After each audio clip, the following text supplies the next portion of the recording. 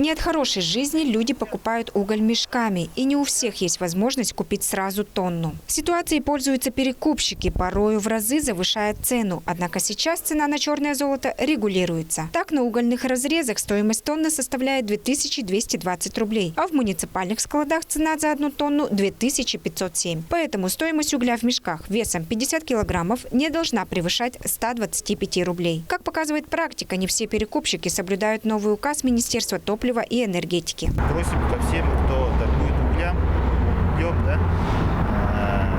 привести цены в соответствии с установленными ценами. Несоблюдение указа предприниматель объясняет тем, что его уголь, приобретенный по новой сниженной цене, не окупается.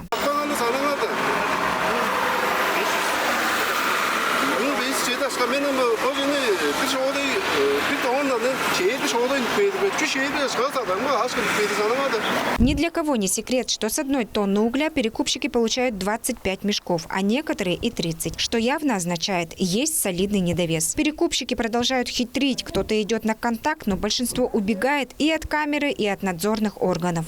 Вот поселок Кахем, здесь тоже люди продают уголь в мешках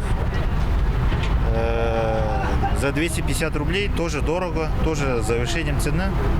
Вот, хотели составить протокол, хозяин убежал, доставил уголь. Со следующей недели рейд по соблюдению перекупщиками цены на уголь в мешках продолжат проводить Министерство топлива и энергетики, мэрия города Кызыла, а также служба по тарифам республики и сотрудники полиции. Штраф за невыполнение указа для физических лиц составляет 5000 рублей. Алтын Казбуян, Владимир Сюртук, Кузел Сарыксарен, Тува 24.